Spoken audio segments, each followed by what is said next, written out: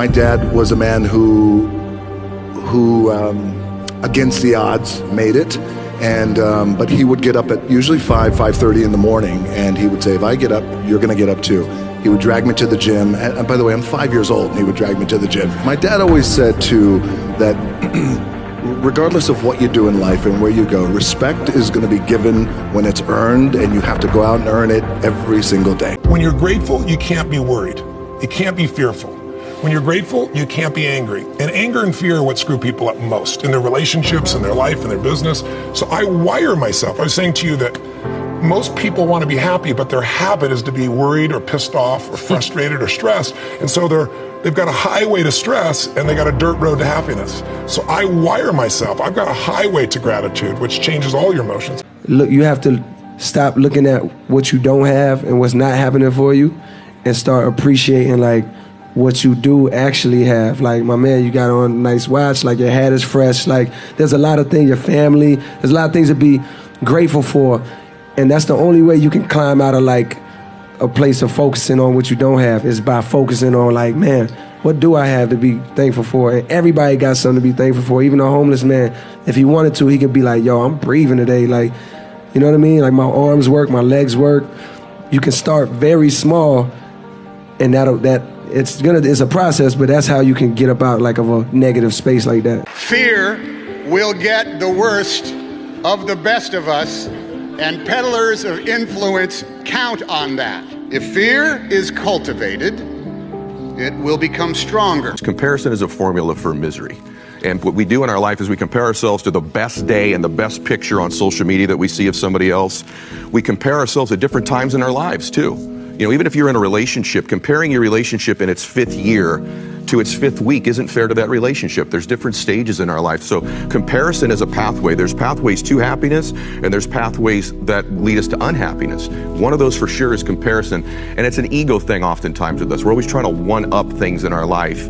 It's a matter, I think, really of being more present in the moment in your life and saying, I deserve to be happy right now. This thing, you're doing it for yourself. You're not doing it for anybody else. Yes, your family supports you. Yes, your friends support you, but you're doing it for yourself at the end of the day. And you're the only one who's going out there. You gotta motivate yourself, and you gotta want it as much as everybody else on the track. So I've learned that, so it's easier now. So when people say, this season, oh, you're saying it's not running as fast as you should, it doesn't bother me, because I've been through this already. And I know what they're gonna say all the time. But I know what I'm capable of, and I know what I can do, so. I can't handle not knowing. I can't handle not finding out. I don't want to not find out. The not knowing will drive me crazy. The wondering what if. Damn it. It was right there. It was right there. Why did you do that? What was I going to be embarrassed of failure?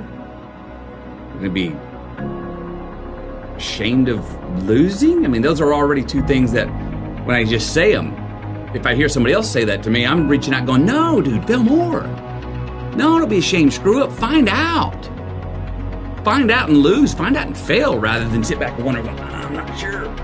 You visualize where you want to be and what you want to accomplish, and you kind of get lost in the process of day to day, grinding it out and working, pulling on ours if you have to.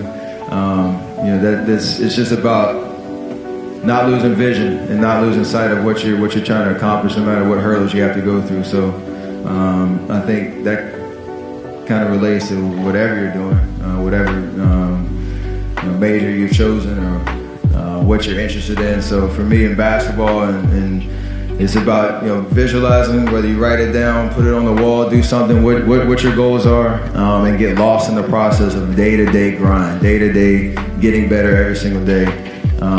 Asking questions, aligning yourself with people that have been through it before, that are experienced, and leaning on that advice, and just trying to outwork the next person, and that's the biggest thing.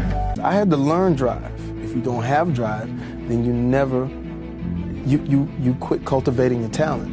Because once you rest, and once you say it's over, I've gotten to the mountaintop, then your talent starts to dwindle. That hustle, what I call hustle, is very important, because at some point, you're going to be able to pull the hustle back just a little bit, and then you pick your spots. The time right now is a hustle to set things up so that in the future, you're able to cut back just a little bit and just pick your spot. I think we've been hypnotized and conditioned into becoming materialists.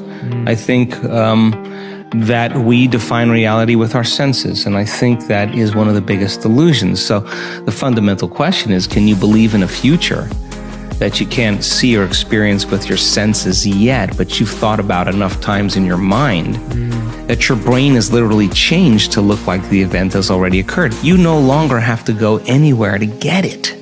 Now it begins to come to you. You become the vortex or the magnet to your destiny.